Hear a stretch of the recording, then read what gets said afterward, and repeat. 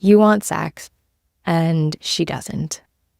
You go to say something flirty, and it's met with silence. You playfully grab her ass, and she shoots you down with a "not right now" swat to both your hand and your ego. This is not a fun place to be, and to be really honest, I have been that girl myself in past relationships, and I will say this, no one is winning here. Which is why this episode is so important. We are about to walk through ways to have more sex, improve intimacy, and use your unique intimacy styles, something we're about to uncover in this episode, really to build more sexual experiences and connection moments with your partner. I have Dr. Viviana Coles onto the show to break down the 4 intimacy styles and to share tools to really build the spark in your relationship. For over 20 years, Dr. Viviana Coles has dedicated her career to helping couples and individuals navigate emotional and physical intimacy challenges. And she really specializes in working with couples that are committed to being together for the long term. And as an intimacy expert on the hit TV show Married at First Sight for over 6 seasons now, honestly, if anyone can help us build our intimacy skills, it's her. So you guys, let's get some. Dr. Viviana Coles, welcome to the Naked Connection. Thank you. I'm so excited to be here with you, Kirsten. And of course, talking all things love, intimacy, connection. It's like we never really know where it's going to go, but we know it's going to go somewhere. Somewhere good. Yes. Yeah, and in thinking about all of the places that we could go, that we want to go, just to start off, for a guy that's listening to this, what would you want their main takeaway to be if they tune into this conversation with one thing that you are hoping that they receive? So, for a lot of men, I think it's important for them to realize that someone like myself has worked with countless men who want to feel wanted, who want to feel desired, who want their partner to share in the initiation of intimacy and in like carrying the torch for their intimacy. And a lot of them don't feel like they know how to impart that information to their partner and they feel alone with it, or they feel emasculated by having these needs that maybe society has always said like, oh yeah, that's not as important, like you need to be the pursuer, you need to be chasing her. But in long-term committed relationships, which is my specialty, is helping the couples to stay in long-term committed relationships that are happy, healthy, satisfying, all the things. Having that knowledge and giving your female partner that knowledge that you need this and that that is not something that is relegated to just wives or just women is really important. And it gives them the opportunity to then, as their partners, reciprocate. Yeah. Yeah, I love that you brought that up. So many men that I've spoken with or that I know listen to the show right in talking about they wanna have sex and their partner doesn't, and so they're stuck on their own on, like, this little island, and they don't know what to do, and there's all of these feelings and thoughts that come up about themselves, about their relationship.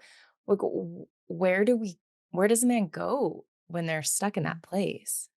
So, in the Four Intimacy Styles, which is my book all about making sure to keep that long lasting physical connection, I talk about why we need sex, why we need intimacy in a way that I have found has helped a lot of couples broach the topic in a way that isn't just, I'm frustrated with you. You're not doing this right. I need more. Or that feels, even more threatening than that. I'm going to get a divorce. I'm going to cheat, or I'm worried that you're going to cheat on me, all of those things. I put it in a way that allows for them to really see themselves in one or maybe a little bit of all, which is the point of all of the four intimacy styles, which are bonding, release, giving, and responsive. I want them to realize, look, if you have feelings that are similar to your partners, or maybe you feel like, gosh, I don't really, that doesn't relate to me at all. It doesn't mean it doesn't exist, and it doesn't mean that you can just push it aside. It's not like the 5 love languages where you can choose, "Hey, this is how I receive love. Please speak to me in this language." When it comes to intimacy, how you share it and how you want to receive it are often not the same thing. Just because you're willing to be more bonding or be more release, that doesn't mean that that's how you want to experience intimacy. So it's so important for these long-term couples to go on. They can take the quiz for free at Mhm. forintimacystylesquiz.com in order to find out what percentage of each of the four they're at so that they can get to what my hope is 25% of each or as close to possible so that they can have that long-term, long-lasting physical intimacy. And more importantly, have the verbiage, have the language to be able to talk about these things in a way that isn't scary or risky or feels threatening. Yeah, yeah. So many things are because it can be hard to broach the topic, and it seems like from and everyone I've taken the quiz, it's amazing and really helpful. And it does give you that language to be able to have the dialogue in a softer, more accessible way. Yeah. Um, Absolutely. I think for so many people, when they finally do bring things up, it can feel like they're at their end of the rope. And that is a very scary place. I'm about to celebrate 17 years of marriage. And having those tough conversations when you're at kind of like a breaking point, I can tell you as a relationship and sex therapist in real life, this is what I do. I have my private practice here in Houston and I see couples from all over. But I can tell you that that's the number one thing that I would say differentiates me from maybe someone else in a relationship is that my husband and I learned very early on, you have to address things very early on so that it doesn't feel like you're overcoming the, insurmountable weight of being at a breaking point in a relationship. And I know I'm throwing a lot at you, but I've been talking about things all day with clients, so I'm really revved up for this. It was great timing. I will tell you, for so many people, they when they go to have these conversations, they almost it feels like they are creating almost like an ultimatum. It's, "I need this, and if you don't give it to me, I just don't know what we're gonna do." Well, the "I don't know what we're gonna do" for most people strikes a lot of fear. For me, it's like, "Oh, well, there are resources out there, so you can get the help that you need."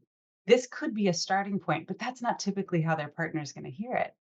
And so it's very important that if you're starting to feel like there's something lacking or you're feeling like there's a disconnect, which maybe a lot of people don't know enough about, if they're starting to feel those things, that they just voice that. Hey, something feels off. Something feels, I feel like I don't really have your attention, or I feel like maybe my head's been at work too much, way more often than than it should be.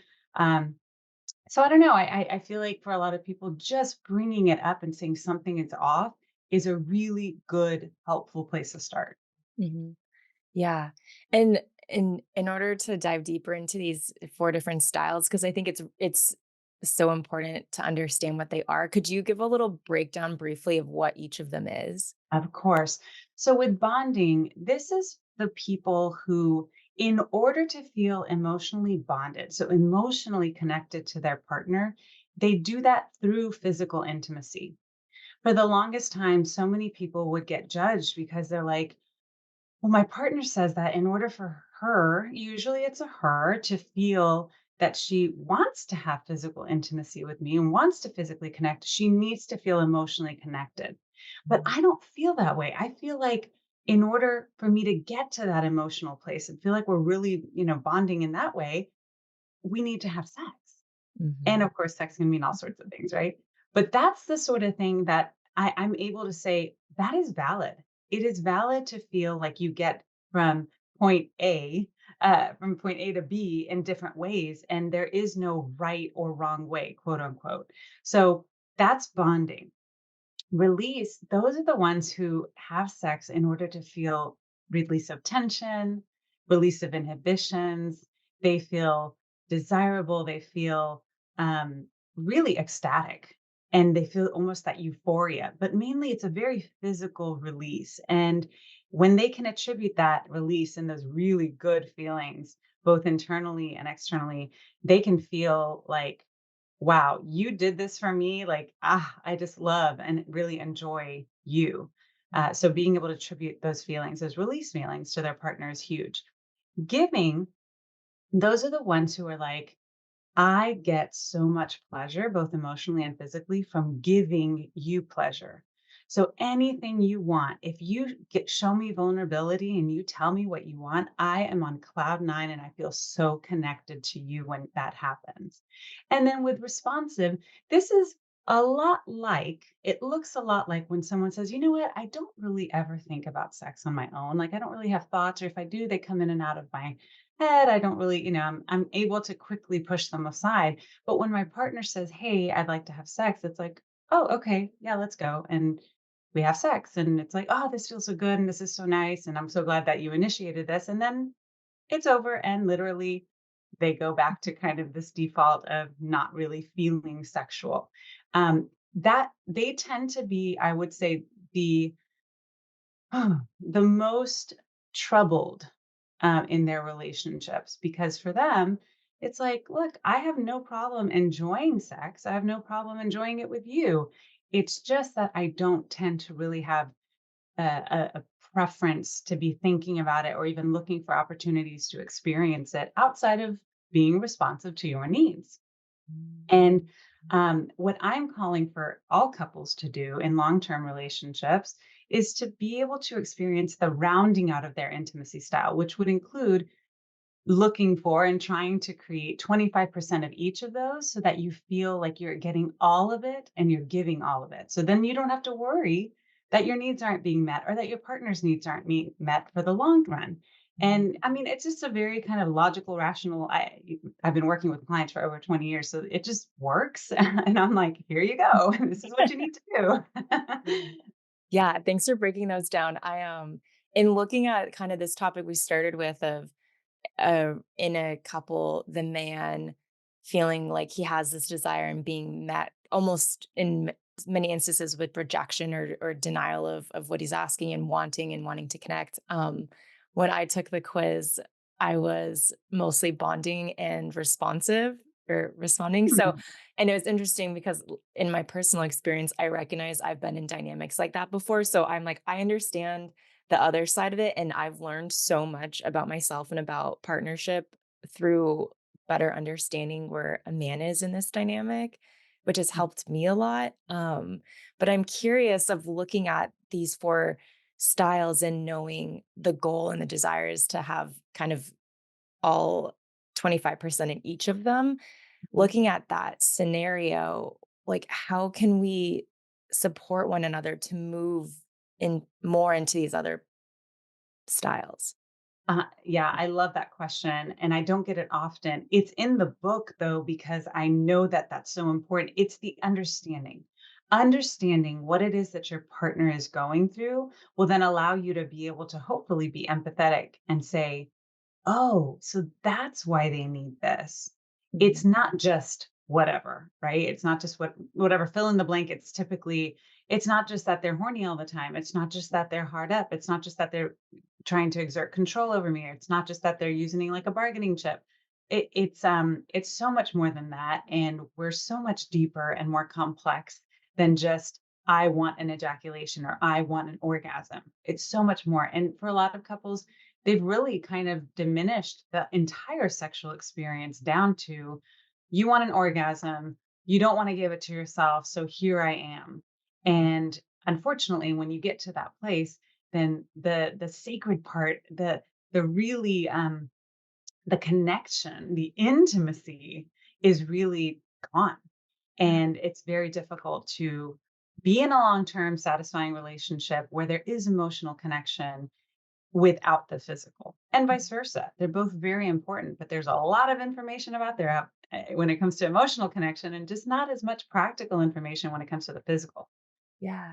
Yeah. So it sounds like almost in a partnership asking the question of what does sex mean to you or what do you see from sex? What do you find like what does sex bring to you, to us in the dynamic? Why is sex important to you is a question that can bring so much clarity.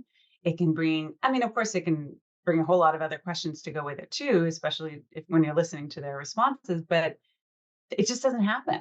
It doesn't happen very often. Even in long-term relationships, the what does sex mean to you?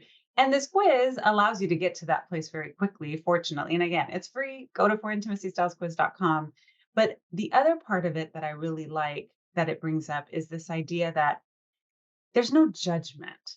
When it comes to why you want sex, there isn't a judgment, especially when you're looking at it in terms of the four intimacy styles. It's very difficult for your partner to say, well, that's not important because, hey, if you read the chapters in the book, you're going to see, yes, it's like a really valid thing. Yeah. And at the end of every chapter describing the different styles, I say, if you're the partner of somebody who's bonding, this is what you need to know. I like spell it out for them because I really want them to feel like they're coming away with not just an understanding, but an appreciation, which is very different than just understanding. Yeah. Yeah. And so I guess thinking about for if someone's in a relationship with someone whose primary style right now is that responsive, what should they do? Like, what is that action for them? Well, there's a way to encourage responsive people to become less responsive and more bonding, giving, and release. Again, we're not putting so much pressure on them to just not quote unquote speak that language because that's Yeah. not possible. That's not the goal, right? We're not going to say, Yeah. well, don't do that because they're all very useful. And valid. But it's to say, hey, could you do a little bit more of this? Could you share with me what feels good? Could you share with me maybe a couple days down the road what you enjoyed about it? That way it doesn't feel like it's I'm only with you sexually when we're having sex. Mm. Now, Kirsten, this is like a topic that I am enamored with, which is this idea of pillow talk. Pillow talk is my term, and I talk about it in terms of not the traditional pillow talk, but what happens outside of the bedroom, outside of the sex acts, in order for couples to feel like they are really supporting and nourishing an underlying current of sensuality between them. So then it makes sense to have sex.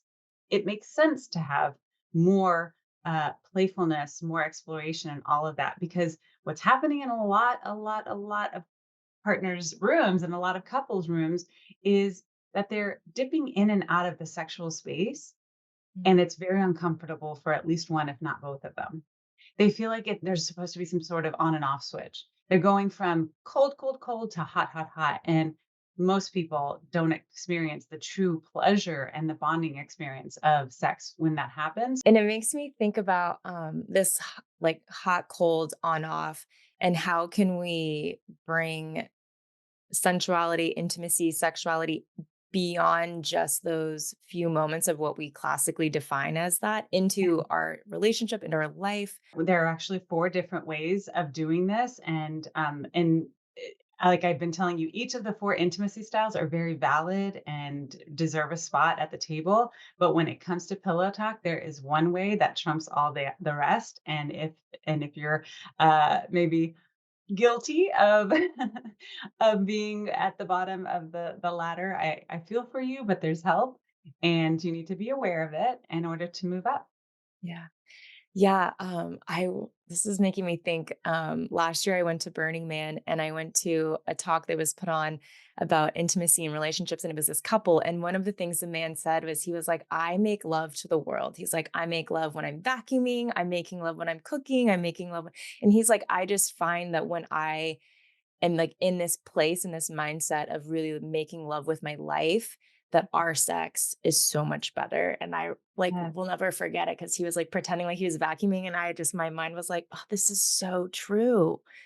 Well, and so many women are really struggling with the idea of, okay, now's not the time. Like, this is an intrusive sexual thought.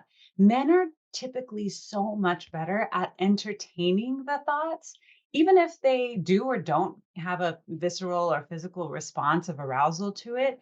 They don't tend to want to be like, no, no, no, I can't think about this. I can't fantasize right now. They tend to be like, okay, and it's gone, and then move on. And maybe they have 80 more of those thoughts in the day. But I think that we women are not socialized to think that way and to allow those sexy thoughts in unless we're either solo pleasuring or with a partner. Mhm. And that's the part that I think a lot of women could learn something from men. And that's allowing those thoughts to come in or creating more space for those thoughts without feeling guilty, without feeling like we're doing something wrong or it's inappropriate. Yeah, that's a really good point. Um, okay, so now that we understand a little bit more about these styles and how to bring them more to life, What would you say for a couple that is and you brought this up before we recorded, but maybe they're in a place where they've gotten so far away from one another and they've gotten so out of touch with maybe they're having sex like once a month, maybe not at all. Like, how do you bring that? How do you even start? Because that can be, a sexless relationship. It's really like, how do you rekindle that spark or that flame or the connection? So, that's my specialty. So, I actually have an online course for couples who are like, we don't know what to do, and we are not gonna see a therapist about this." So, it builds on themselves every week. So, you're starting off with very little Mhm. when it comes to, physical connection. You're doing meaning based off of maybe the timeline that you're on to go from having sex, like you said, once a month, or even some couples are having regular sex, but it's not intimacy. It's literally just sex. So bringing them back to a place where they're more intentional with the way that they embrace, they're more intentional with a kiss, and so on and so forth. That allows for them to feel like they're moving forward, but they also don't feel like everything is just out of habit. I don't know how many couples you know that kiss on a daily basis. Let's hope lots. Okay. But when you ask them very specifically, hey, what do those kisses look like? It's usually a peck, Mhm. if anything. And it's usually like that obligatory hello and goodbye kiss, Mhm. or even a goodnight kiss. But it's always like a peck. And so even just bringing back a 3 to 6 second embrace or a 3 to 6 second kiss like that, when it's intentional, can go a really long way. So even though we're starting from a place of, very minimal, it still has a big impact. Yeah. Bringing the makeout back? Oh, yes. Did you see my makeout challenge on Instagram? I'm like, come on, Yeah. guys, let's do a makeout challenge this week, 10 minutes, nothing else. You're just going to do that. Oh my gosh, I People love loved it. it. Like we're in high school again. Um, Mhm. well, yeah, and that makes me think, in understanding that can be the direction that people go, that couples go with, these obligatory kisses where there's not really a deeper connection, and inviting more like sexual exchanges throughout the day or just intimate exchanges. I know that for some people, like any form of a kiss or a touch or Uh-huh. like a sexual text could like instantly put them in the thought of, oh, this means we have to have sex now. Yep. You're so So, right. This is what pillow talk is all about. It's because so many people feel like, oh, if he touches me this way or if she makes this joke, it's almost like that equals initiation. mhm, And when that happens, if you're like, well, I don't feel like having sex right now, or right now is not a good time, then they just start avoiding mhm, doing any of that to where a hug, full body, where you're pressed up against each other is like, oh, I'm going to avoid doing that. Or a kiss that lasts longer than a peck, I'm going to avoid doing that. I'm going to avoid having him see me naked when I get out of the shower. I'm going to have her avoid, you know, I don't want her to see my morning erection because that's gonna feel like pressure to her. Like, there's mhm. so much that starts to feel like it's off limits, and before you know it, that's when you feel like you're roommates. That's when you feel like having sex is awkward. That's when you feel like you can't even watch a movie that has a sex scene because it's like, "Oh my gosh, we are so in our heads about this." And this Yeah. is a very real thing for so many couples, and I can't wait to help them. Yeah. Yeah, those are so many really good examples of how that can show up. And yeah, and I think so much of it is understanding where the other person's coming from, like understanding, okay, well, this person's reading this and interpreting it to mean I want to have sex with them every minute. And then on the flip side, oh, this person's probably feeling really rejected a lot. Exactly. Yep. Yeah. And that rejection can start to feel very hurtful. Now, Mhm. some people out there might be thinking, but what if my partner is initiating like every single day? Well, they can't, if you're in a monogamous relationship, which most people are still have that expectation of monogamy, then they can't get this need met by anyone else, not even themselves. I talk about how it can be very insulting and hurtful and even offensive to tell somebody who's, a bonding style such as yourself, like, "Oh, look, you could yeah, just go masturbate. Like, come on, leave me be." Mhm. Mhm. That is a rejection to the nth degree. And it that can be very hurtful. So being able to say, I know that you want this, and I know that you want this right now. And I know that you asked me yesterday, and I know I'm going to tell you no again today. But tomorrow, I'm going to put it on the calendar for myself, and I'm going to make sure that I'm in the right headspace. And let's meet after we put the kids to bed. Let's do this. Mm. That can go a long way. Is it maybe their ideal? No, but they can deal with that. They can handle that. It's the no, no, no, no, no, not right now.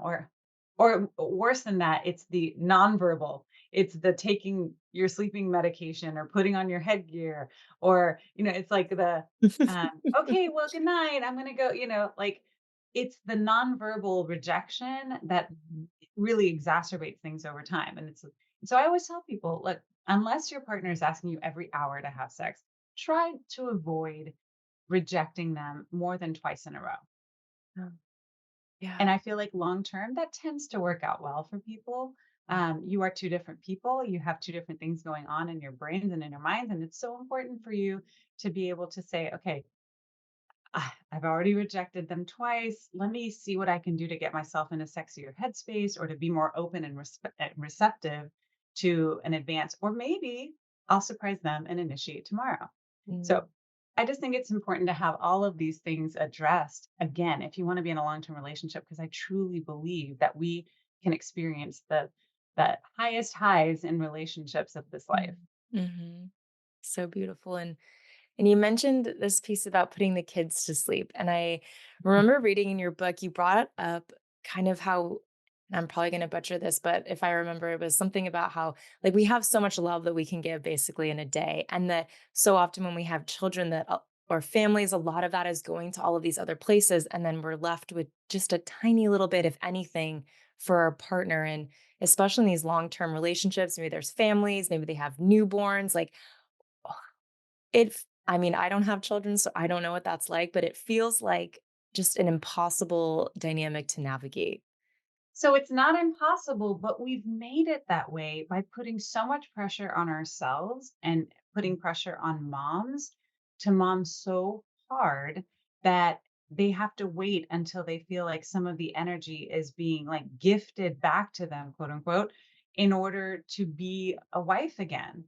And it's not fair. It's not fair for us, and it's not fair for society to put that on us. We have to stay in touch with why we decided to possibly, if you were able to decide why we chose to expand our family with our partner, it Mhm. came from that partnership. It came from that desire to, enhance things. But the key is that you're enhancing your partnership. It's not replacing it or substituting it. Mm. And when that starts to happen, something's going to give.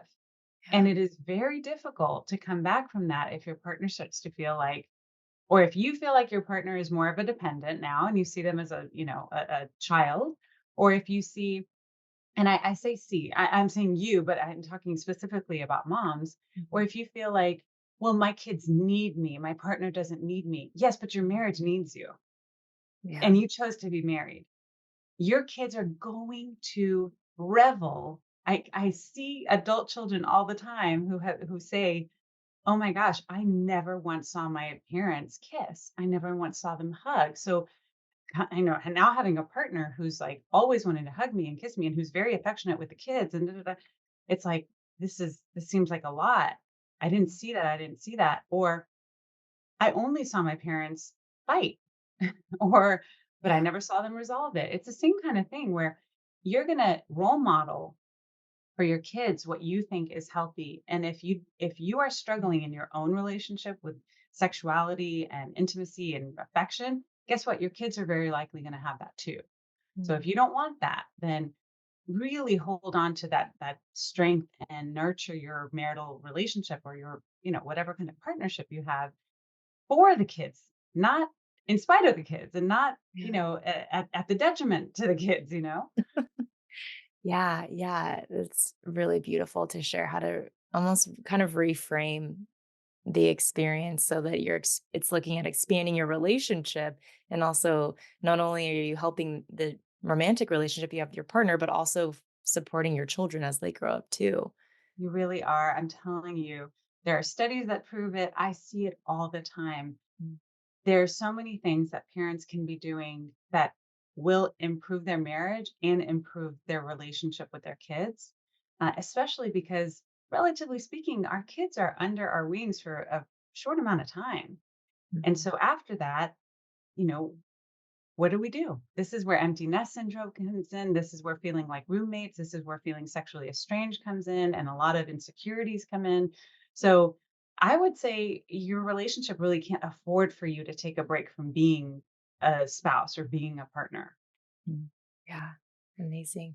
Okay. I could probably ask you so many more questions about so many things because you have so much experience and knowledge and insight. And I'm so happy that our community got to hear from you today. And everyone, please go take the intimacy styles quiz because it's really, really helpful. And I think it would be a really beautiful way for if you're in a relationship to do it together, perhaps, and Yeah. then have that conversation. What are you? What am I? What do we want to change? What do we want to expand in? Like, what a great way to have an intimate conversation about intimacy. But is there anywhere else where people should connect with you if they want to work with you, hire you as their therapist, all of the things? Oh, What should yeah. everyone do? Drviviana.com, spell out doctor, Doctorviviana. Dr. Viviana is my social handle. Dr. Viviana is also my YouTube channel. I'm posting all sorts Mm. of fun, great tips on there, things that I'm like, look, if you don't know anything, at least try this, you know? Yeah. And then, of course, my book, The Four Intimacy Styles. I just love it. I love what it's been able to do so far. I really enjoy the conversations that people are having behind closed doors. I also love to hear and see what's happening in my DMs. People are like screenshotting, oh my gosh, this passage. Thank you so much for that. So, yeah, Dr. Viviana and drviviana.com are the places to reach me. Amazing. All right. Well, thank you so much, Dr. Viviana, for coming on this show and for sharing everything that you have learned along the way. I appreciate it. Thanks so much. Thank you so much for tuning in to this episode of The Naked Connection. Be sure to subscribe so you don't miss another episode. Trust me on this, your sex life and that special someone in your life will thank you for it. And if you really love the show, please take a moment and leave a 5-star review or a written review and let me know what you think. It would mean so much to me and this show. Until next time, happy connecting.